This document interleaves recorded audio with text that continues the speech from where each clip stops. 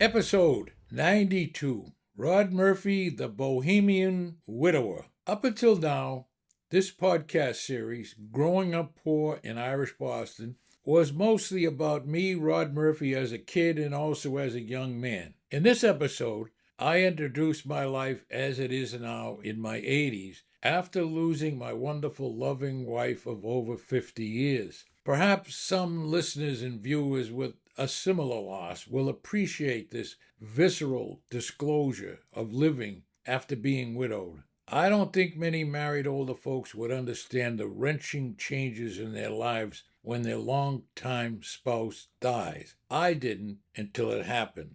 With men, everything changes, especially basic things. For me, who was spoiled by my wife, I had to either do what she formerly did for us or pay someone else to do it. Necessities like meals and housekeeping or laundry. I ended up paying for those kind of things. But that's only the beginning. So many other things change. A big one is you have no one who remembers as you do the high points and the low points of your lives together. The camaraderie is also gone. The hugs, the kisses, the nudges, the memories, the intimacy. So much of your life died with her. I might be old in years, but I am still vital. Most of my parts work, and I am determined to continue to live fully. So, what do I do about finding another necessity, a woman? I am not interested in paying for that. So, I thought about how I met young women before I married.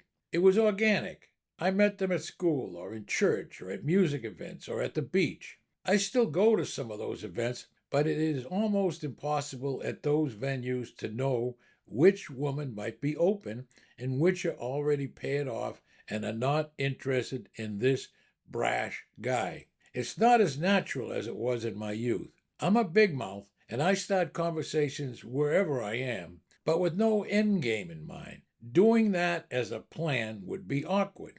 I did try it, and I met one woman that way, but it didn't work out. So what's left? Dating sites. Dating sites are the worst way to find a woman, but seemingly the only way. For 6 months after her funeral, I was bereft and stunned and just stayed busy with my business. Then I started checking out dating websites that catered to mature folks. I signed up with two of the paid sites, Plenty of Fish and OkCupid. I went at it like a crazy man. I set up 3 and sometimes 4 dates a week with different women. Met some very nice women and some oddballs too. I wanted almost no second dates. I began to understand that I would never find a woman who could replace Jean. One of the reasons to try to find a harmonious lady was that I did not like going alone to my usual social events like concerts, opera, jazz, or Broadway type musicals. Also, I like good restaurants and I want company there too. That kind of over the top dating went on for 6 months or so. Then I started asking myself what I really wanted in a woman. I knew that nutty dating routine needed to stop, but was still unsure what I wanted. So I took a hiatus. There was some aftermath messaging back and forth from my previous dating site searchers, but mostly I kept busy with work. Previously, I had also done a little offbeat searching for women also. That resulted in finding a woman 20 years my junior who was really good for me. She accompanied me on my good food and live music jaunts. We liked each other, but it ended for many reasons. That brought me to 2024 and I started using dating sites again. Because of my crazy early regime of dating, I discovered that I like 2 different kinds of women. One is the intelligent type. She is accomplished, usually well educated, and has the possibility of introducing me to new and challenging things. Often that type of woman turns out to be foreign born. The other type is the hot-blooded, open-minded, touchy-feely type. She provides excitement, adventure, and surprises. She is often trouble, but worth it. I have never found a woman with both personalities. So what do I do about that anomaly? I am now older and do not expect to be marrying, having a family, or settling down. So why shouldn't I be able to date women of both types? Why not? because so far, when I bring it up to an older woman, she will reject the whole idea. In her mind, even as an older woman, she should search as she did as a young woman. That is, search to find one good husband, a good provider, and a good father.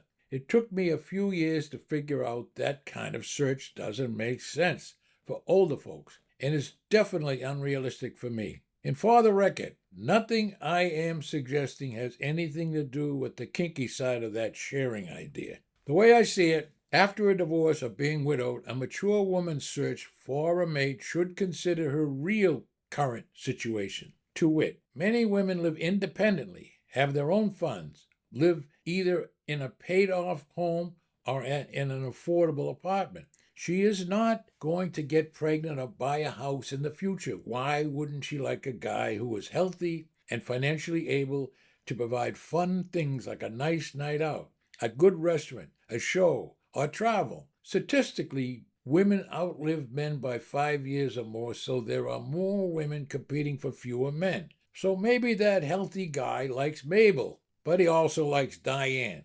Why shouldn't Mabel take advantage of one of the few good guys left and live a little? Dinner, dancing, a concert once a month with an interesting and lively guy. Why not? Let him do the same with Diane once a month, too. Why not? I think that might be happening naturally in the wild, but it's not publicized. And another thought, it could work also the other way around, with Mabel sequentially dating two different guys, including me. Or maybe I should start a dating service called Ancient Bohemian Dating. Or maybe I should look for two women who are longtime pals and who are both now single and are both striking out on dating sites. We would individually date to try it out. If it works, we all agree at a dinner to go forward. I'll buy. Imagine the conversations at that dinner. So many laughs. So I put it out there. I am slim, over 6 feet. I know 1,000 jokes, and I can drive at night. And my contact info is one long word, farmerredhead@protonmail.com. Now, are there one or two grannies who would like to throw away their knitting, their lap blankets, quit going to bingo, and start living again with da-da-da-da, the Bohemian Widower?